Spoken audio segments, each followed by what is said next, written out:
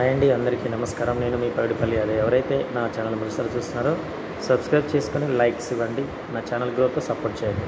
మరి ఈరోజు మంచి మోరల్తో ఓ బాలుడు గ్రామంలో తండ్రి రైతు, తల్లి గృహిణిగా పనిచేస్తుంటుంది.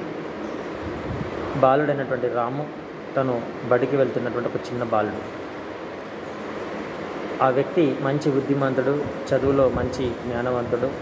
అయితే రోజులాగే స్కూల్కి వెళ్తూ ఉన్నాడు. స్కూల్కి వెళ్తున్నటువంటి సందర్భంలో మెయిన్ రోడ్లో ఆ రోడ్డు పైన ఒక పర్సు పడిపోవడం జరిగింది. పర్సు పడిపోయినప్పుడు ఆ పర్సుని ఆ వ్యక్తి ఎవరైతే బాలుడు తీసుకొని చూస్తే భయపడకుండా అది తీసి చూసినప్పుడు అందులో కొన్ని వేల రూపాయలు విలువైన కార్డ్స్ అందులో కనిపించాయి.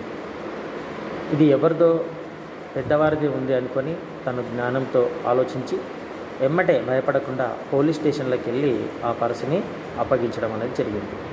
అప్పుడు అప్పగించినప్పుడు ఆ పోలీస్ స్టేషన్లో ఉన్నటువంటి కానిస్టేబుల్, ఎస్ఐ ఇలాంటి నిజాయితీ గల పిల్లలు ఈ కాలంలో కూడా ఉన్నారా అని ఆశ్చర్యపోయారు.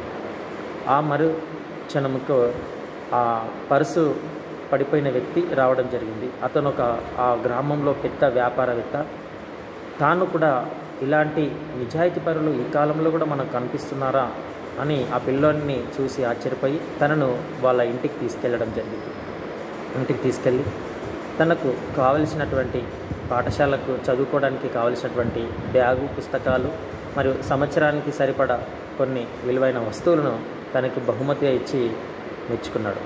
ఈ విధంగా ఆ బాలుణ్ణి అక్కడ వ్యాపారి, అక్కడ పోలీస్ స్టేషన్లో డిపార్ట్మెంట్ వాళ్ళందరూ కూడా మెచ్చుకున్నారు. ఈ విషయం తెలుసుకున్న ఆ పాఠశాల ఉపాధ్యాయులు అసెంబ్లీలో అతన్ని సన్మానించి, ఇలాంటి విద్యార్థులు మన పాఠశాలలో చదువుకోవడం ఎంతో ఉపాధ్యాయులుగా మేము గర్విస్తున్నాం అనేసి అతన్ని మెచ్చుకోవడం జరిగింది. అంటే ఏ చిన్న విషయమైనా నిజాయితీతో చేస్తే మన గొప్ప స్థాయినే నిలబెడుతుంది. ఏ చిన్న పనైనా మంచి మనసుతో చేస్తే మంచి ఫలితాలను ఇస్తుంది. కాబట్టి నీతి అనేది ఎప్పుడు మనం చేసే పనిని బట్టే ఉంటుంది.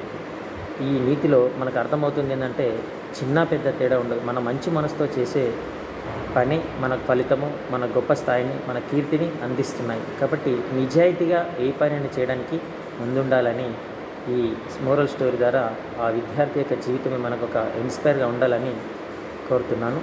Thank you for watching.